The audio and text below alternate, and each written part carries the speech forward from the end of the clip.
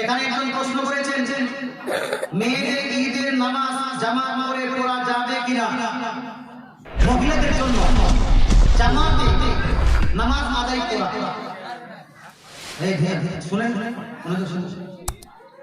ঈদের নামাজ হোক অথবা কুরবানি, জুম্মার নামাজ হোক বা তারাবি অথবা 5 ওয়াক্তের নামাজ, যে কোনো নামাজ মহিলারা জামাতে নামাজ আদায় করতে পারবে না। এটা মহিলাদের জন্য মাকরুহ আছে। ঠিক আছে ভাই, মাকরুহ আছে।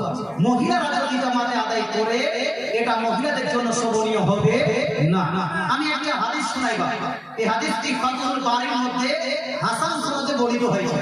তাছাড়া এই হাদিসটা না আপনার ওই ইমাম বুখারীর উস্তাদ ইমাম ইবনে আবি শাইবা মুসান্নাফ ইবনে আবি শাইবার মধ্যে হাদিসটি নকল করেছে।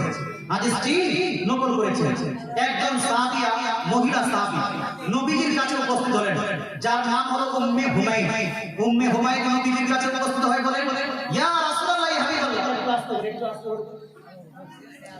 নবীজি সাল্লাল্লাহু আলাইহি কাছে উম্মে হুমাইন রাদিয়াল্লাহু তাআলা আনহা একজন মহিলা সাহাবী নবীজির কাছে উপস্থিত হলেন।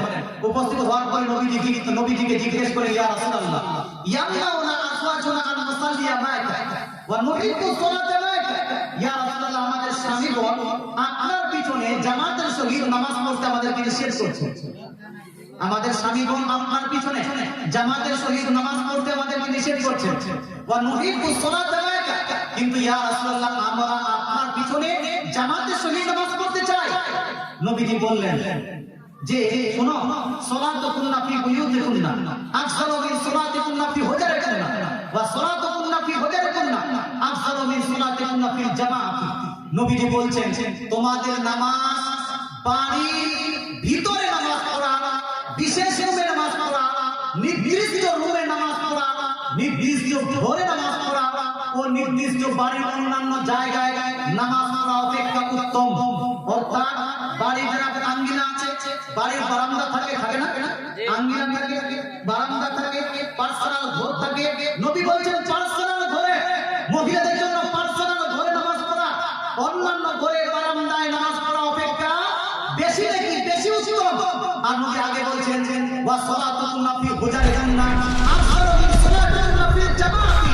নবী বলছেন আর তোমাদের জামাতে নামাজ আদায় করা অপেক্ষা নিজের বাড়িতে একাকী নামাজ পড়া বেশি উত্তম। করে বলে সুবহানাল্লাহ, একাকী নামাজ পড়া বেশি উত্তম।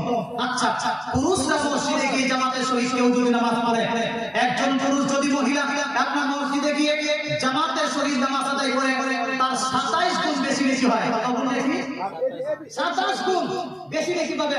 একাই যদি নামাজ পড়েন যদি 100 টা নেকি পান, তো আপনি যদি জামাতে গিয়ে মসজিদে গিয়ে জামাতের সহিত নামাজ পড়েন আপনার 2700 নেকি হবে। কত সবা? 2700 নেকি হবে, না 2500 নেকি হবে। কিন্তু মহিলাদের জন্য কি বলা হয়েছে জানেন?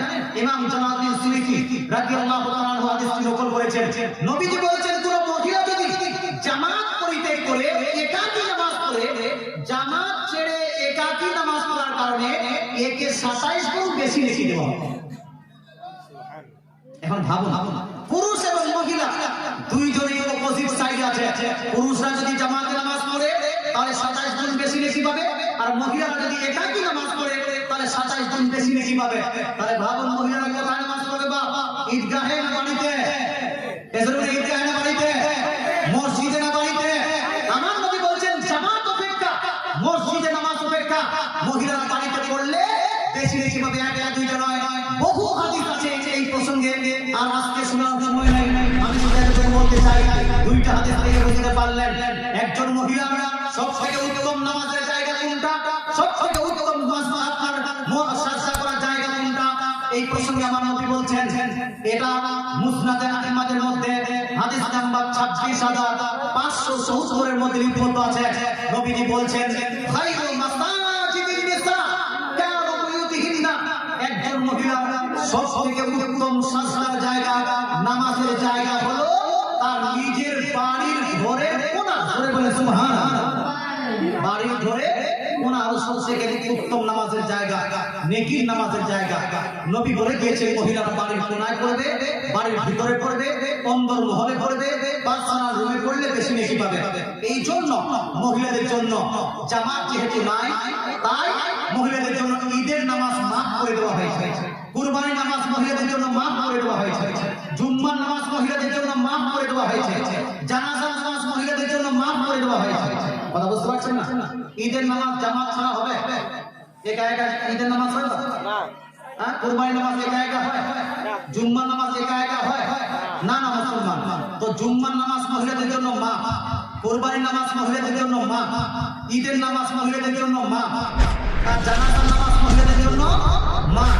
মহিলারা বাড়িতে থাকবে, বাড়িতে নামাজ পড়বে, ঈদের জামাত করে নামাজ পড়বে না।